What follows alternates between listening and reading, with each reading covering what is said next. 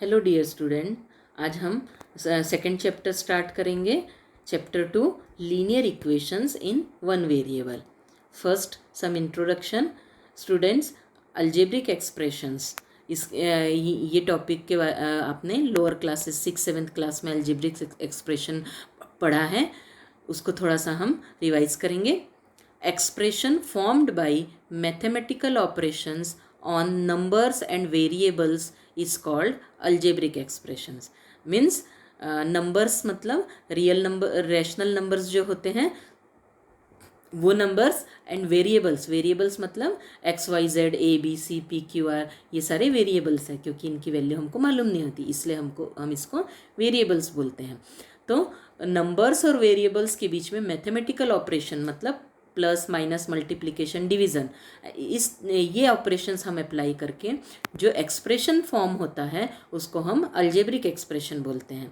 For example 7x 2y-3, 2x + 3y, 5xy - 9, 2/3y², 5, 9/2xyz, 10/3, ये अलग अलग एक अलजेब्रिक एक्सप्रेशंस के एग्जाम्पल्स हैं। यहाँ पे देखिए 5 जो है वो भी अलजेब्रिक एक्सप्रेशन है, वो एक्चुअली एक रैशनल नंबर है, पर उसको हम अलजेब्रिक एक्सप्रेशन बोल सकते हैं। अब उसके साथ वेरिएबल नहीं है, फिर भी वो एक्सप्रेशन के फॉर्म में हम उसको बोल सकते हैं। If the value of two algebraic expressions are equal and if we write it with equal sign, it is an equation. मतलब यदि हम किसी दो अलजेब्रिक एक्सप्रेशन की वैल्यू इक्वल है और यदि हम उसको इक्वल साइन के साथ लिखते हैं तो उसको हम इक्वेशन बोलते हैं। यहाँ पे एग्जांपल देखिए दिया हुआ है, 5x = 25, 2x - 3 = 9, 2z + 5/2 = 30, 6a + 12 = -4 and so on. इस तरीके से ये अलग अलग प्रकार की इक्वेशन हैं। अब यहाँ पे और अलग प्रकार के इक्वेशन हमने लिए हैं।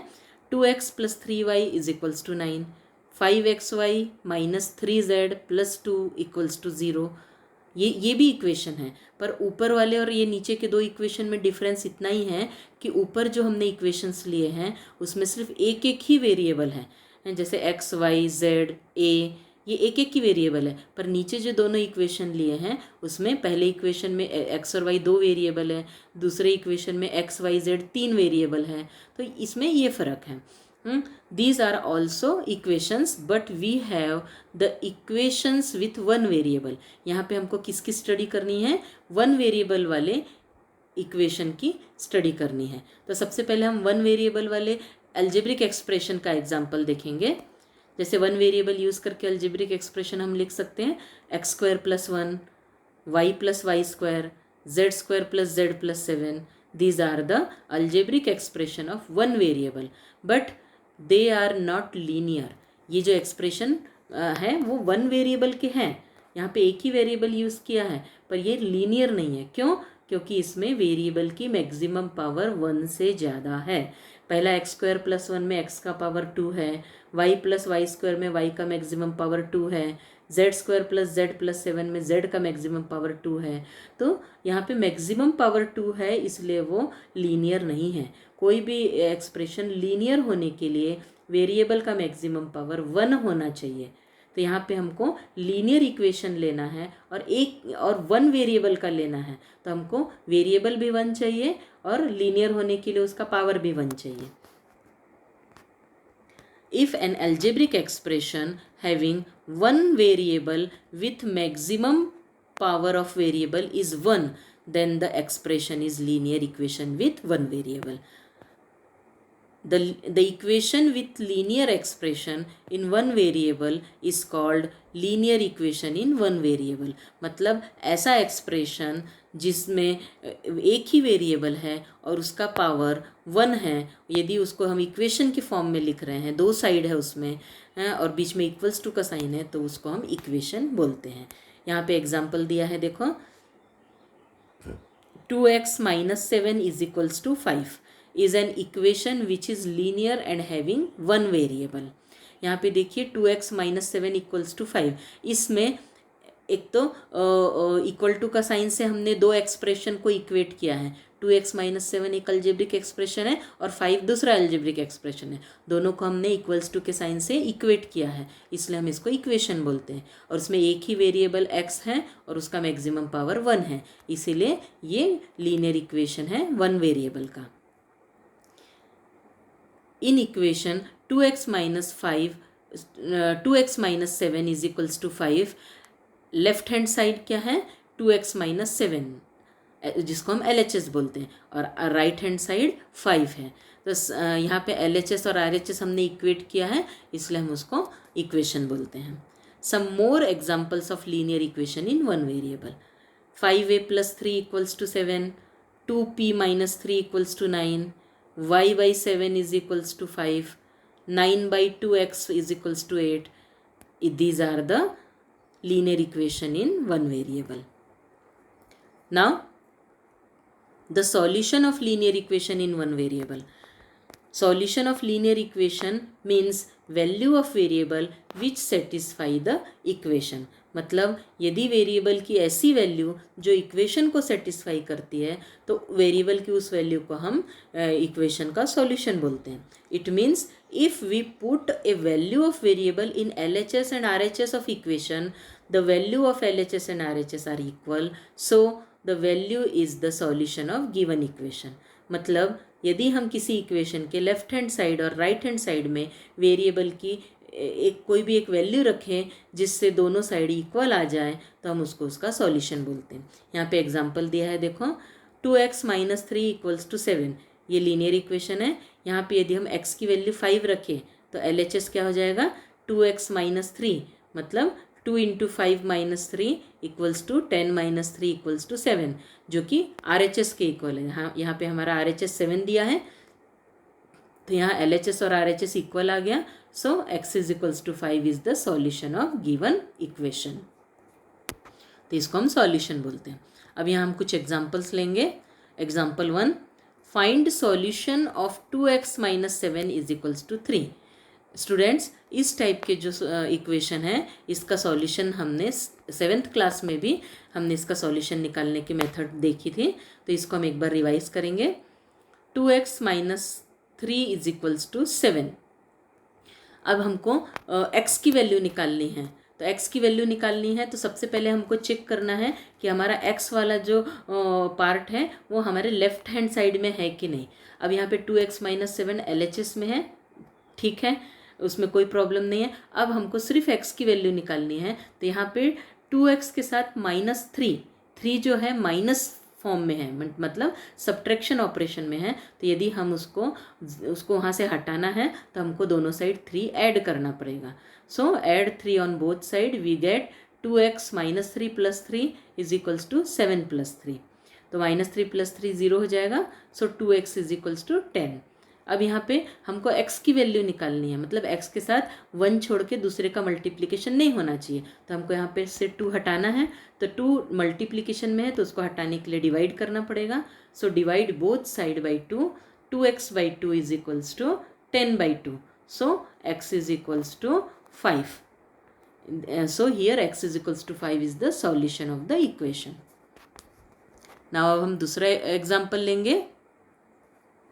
Solve 2y plus 9 is equals to 4। यहाँ पे हमको इक्वेशन दिया है 2y plus 9 is equals to 4। अब यहाँ पे हमको जो 9 है वो प्लस में है 2y के साथ, तो हमको वहाँ उसको हटाने के लिए सब्ट्रैक्ट करना पड़ेगा। Subtract 9 from both side, we get 2y plus 9 minus 9 is equals to 4 minus 9। तो प्लस 9 माइनस 9 0 हो गया, तो 2y is equals to 4 minus 9 means minus 5। अब हमको y की वैल्यू निकालना है, हमको 2 नहीं चाहिए, 2 मल्टीप्लिकेशन में है तो उसको दोनों साइड से डिवाइड कर देंगे। Divide both side by 2, we get 2y by 2 is equals to minus 5 by 2। So y is equals to minus 5 by 2। ये हो गया सॉल्यूशन। और स्टूडेंट्स, हमको अभी सिर्फ सॉल्यूशन ही नहीं निकालना है, हमारा सॉल्यूशन करेक्ट है कि नहीं उसकी चेकिंग भी करनी है। तो चेकिंग कैसे करेंगे? Put y is equals to minus 5 by 2 in LHS of given equation. अपने हमें जो इक्वेशन दिया है उसके लेफ्ट हैंड साइड में हमको y की वैल्यू है, तो हम लेफ्ट हैंड साइड में y की वैल्यू रख देंगे। तो हमारा LHS है 2y प्लस 9। अब यहाँ हम y की वैल्यू रखेंगे 2 इंटू -5/2 + 9, सो -5 + 9 = 4, जो कि हमारे RHS के इक्वल है। हमको इक्वेशन का RHS 4 ही दिया हुआ है। सो LHS = RHS, it means y = 5/2, solution is correct. मतलब हमने क्या किया, पहले सॉल्यूशन निकाला और उस सॉल्यूशन की वैल्यू इक्वेशन के लेफ्ट साइड में रख के देखिए राइट साइड के इक्वल आ रहा है कि नहीं, और यदि आ रहा है तो सॉल्यूशन हमारा करेक्ट है। अब हम नेक्स्ट एग्जाम्पल लेंगे, एग्जाम्पल 3। Solve x/3 + 5/2 = -3/2। तो अब यहाँ पे हम 5/2 को हमको यहाँ पे हटाना है, वो एडिशन फॉर्म में है तो हमको सब्ट्रैक्ट करना पड़ेगा 5/2 दोनों साइड से। So subtract 5/2 from both side, x/3 + 5/2 - 5/2 = -3/2 - 5/2। अब +5/2 - 5/2 कैंसिल हो गया, तो x/3 = -3 - 5/2 which is equals to -8/2. So x/3 = -8/2 means x/3 = -4। अब हमको x की वैल्यू निकालनी है और x/3 में 3 डिवीज़न में है तो हमको उसको हटाने के लिए मल्टीप्लाई करना पड़ेगा। मल्टीप्लाई बोथ साइड बाई 3, तो x/3 × 3 = -4 × 3, सो x = -12। ये हमारा सॉल्यूशन हुआ। अब हम सॉल्यूशन करेक्ट है कि नहीं चेक करने के लिए put x = -12 on LHS of given equation. अब गिवन इक्वेशन का LHS क्या है, x/3 + 5/2। अब यहाँ पे हम x की वैल्यू -12 रखेंगे, तो -12/3 + 5/2 -4 + 5/2 = -8 + 5/2 which is equals to -3/2। अब हम देख रहे हैं कि -3/2 इक्वेशन का राइट हैंड साइड भी है, सो LHS = RHS। अब हम बोल सकते हैं सॉल्यूशन x = -12, जो हमारा सॉल्यूशन था वो करेक्ट है। अब हम एग्जाम्पल 4 लेंगे टेक्स्ट बुक का। हमको यहाँ इक्वेशन दिया है 15/4 - 7x = 9। अब यहाँ पे हमको ध्यान देना है कि 15/4 का साइन जो है वो प्लस है और यहाँ पे 7x का साइन माइनस है, तो हमको 15/4 का साइन प्लस है तो उसको हटाने के लिए 15/4 सब्ट्रैक्ट करना पड़ेगा। Subtract 15/4 from both side, 15/4 - 7x - 15/4 = 9 - 15/4। अब यहाँ पे 15/4 और -15/4 कैंसिल होके 0 हो गया, बचा क्या, -7/x = 36 - 15/4, सो -7x = 21/4।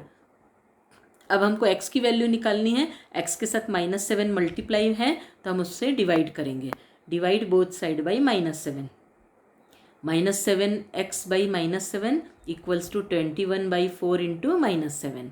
अब यहाँ पे -7 कैंसिल हो गया, x आ गया और राइट साइड में -7 21 को डिवाइड करके 3 देगा, सो x = -3/4। डिनोमिनेटर का माइनस साइन हमने ऊपर ले लिया, तो यहाँ पे हमारा x = -3/4 सॉल्यूशन आ गया।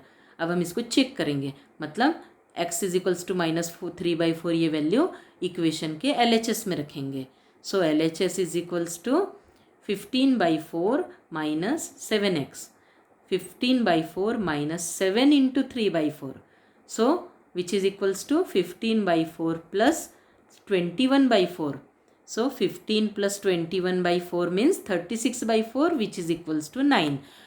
अब हम देख सकते हैं कि जो हमको इक्वेशन का RHS है वो 9 है, तो LHS = RHS, so solution x = -3/4 is correct।